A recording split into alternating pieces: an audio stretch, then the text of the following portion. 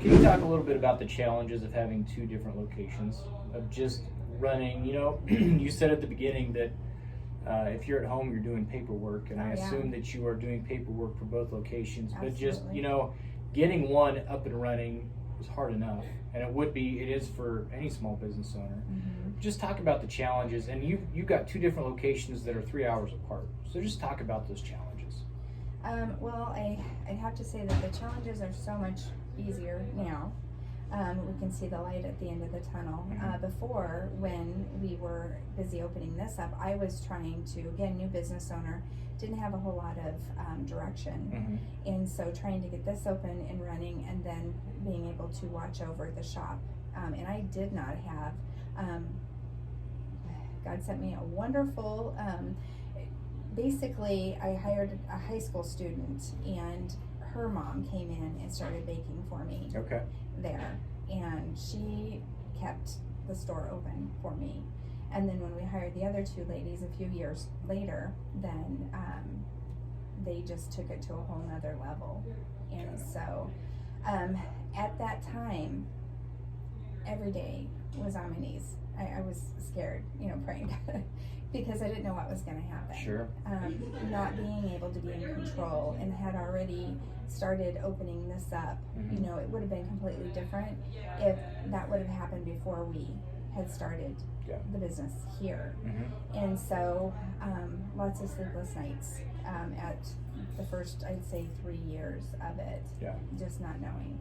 And then once I started getting my key people in place, and they wanted to grow the business, their vision was, we don't want to just sustain it, we want to grow it. And they have. It's just been crazy how, we are known all over now, and it's because of those two young ladies.